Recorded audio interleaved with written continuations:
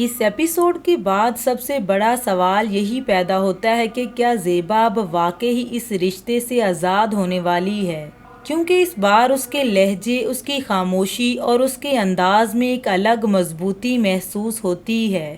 وہ اب صرف دکھ اٹھانے والی عورت نہیں لگتی، بلکہ ایسی عورت لگتی ہے جو دل ہی دل میں یہ طے کر چکی ہے کہ اب وہ اپنی زندگی کو نئے انداز سے دیکھے گی۔ زیبا نے سب کچھ برداشت کیا، اس نے گھر سنبھالا، بچوں کو سنبھالا، اپنی ذمہ داریاں نبھائیں اور بار بار رشتے کو بچانے کی کوشش بھی کی، لیکن ہر کوشش کے بعد اسے کیا ملا؟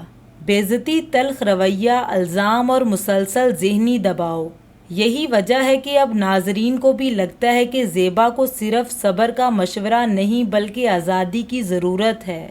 یہ ایپیسوڈ خوبصورتی سے یہ دکھاتا ہے کہ عورت ہمیشہ شور مچا کر نہیں بدلتی، کبھی کبھی وہ خاموشی سے خود کو سمجھتی ہے، پھر ایک دن وہ فیصلہ کر لیتی ہے کہ اب بس۔ زیبا کی یہی کیفیت اس ایپیسوڈ میں واضح محسوس ہوتی ہے۔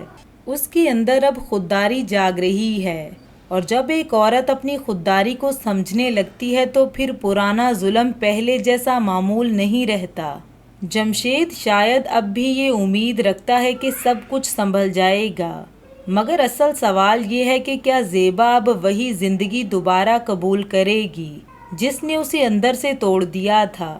اگر وہ اس بار اپنے لیے کھڑی ہو جاتی ہے تو یہ صرف ایک رشتے کا خاتمہ نہیں ہوگا، بلکہ ایک عورت کی نئی شروعات ہوگی، اور یہی بات اس ایپیسوڈ کو عام قسط سے زیادہ طاقتور بناتی ہے۔